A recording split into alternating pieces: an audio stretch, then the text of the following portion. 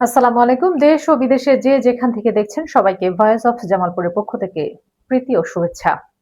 খবর পড়ছি আমি জিন্নাতুন নাহার। দিকপাল সরিষাবাড়ি মহাসড়কের বেহাল দশা, প্রতিদিনই ঘটছে দুর্ঘটনা। সংস্কারের দাবি স্থানীয়দের। এস আলমের পাঠানো তথ্য ভিডিও চিত্রে দেখুন বিস্তারিত। জামালপুরের দিকপাইত উপশহরের গুরুত্বপূর্ণ দিকপাইত সরিষাবাড়ি মহাসড়কটির বেহাল দশার কারণে চরম দুর্ভোগে পড়েছেন সাধারণ মানুষ ও যাতায়াতকারীরা। খানাখন্দে ভরা এই সড়কে প্রতিদিনই ঘটছে ছোট বড় বড় দুর্ঘটনা, বিকল হচ্ছে বিভিন্ন যানবাহন। যে কোনো সময় বড় ধরনের প্রাণহানির আশঙ্কা করছেন এলাকাবাসী। স্থানীয় সূত্রে জানা যায়, প্রতিদিন এই সড়ক দিয়ে হাজার হাজার যানবাহন ও সাধারণ মানুষ নিজেদের তাগিদে বিভিন্ন গন্তব্যে যাতায়াত করেন। কিন্তু দিকপাইত উপশহরের একটু পশ্চিম পাশে সড়কের পিচ উঠে গিয়ে বড় বড় গর্তের সৃষ্টি হয়েছে। সামান্য বৃষ্টিতে সেসব গর্তে পানি জমে মরণ ফাঁদে পরিণত হয়। প্রতিদিন কোনো না কোনো যানবাহন উল্টে পড়ে যাওয়ার ঘটনা ঘটলেও সংশ্লিষ্ট কর্তৃপক্ষের দৃশ্যমান কোনো পদক্ষেপ দেখা যাচ্ছে না।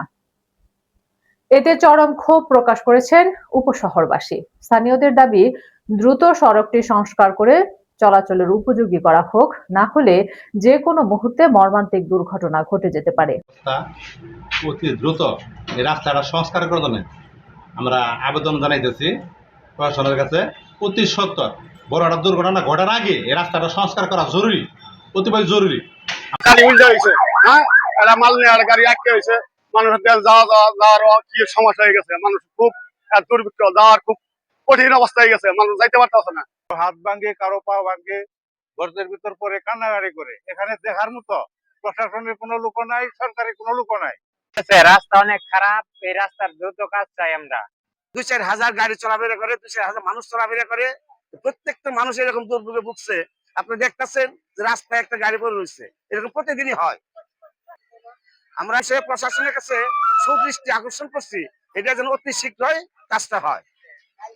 এ বিষয়ে 14 নং দিকপাইত ইউনিয়ন পরিষদের প্যানেল চেয়ারম্যান মোহাম্মদ রাহাত হোসেনের সাথে মুঠোফোনে যোগাযোগ করা হলে তিনি জানান, জনদুর্ভোগের বিষয়টি তারা অবগত আছেন। দ্রুত সময়ের মধ্যে উপজেলা নির্বাহী অফিসারের সাথে কথা বলে পরিষদের উদ্যোগে রাস্তাটি সংস্কার করে সাময়িকভাবে চলাচলের উপযোগী করার আশ্বাস প্রদান করেন তিনি।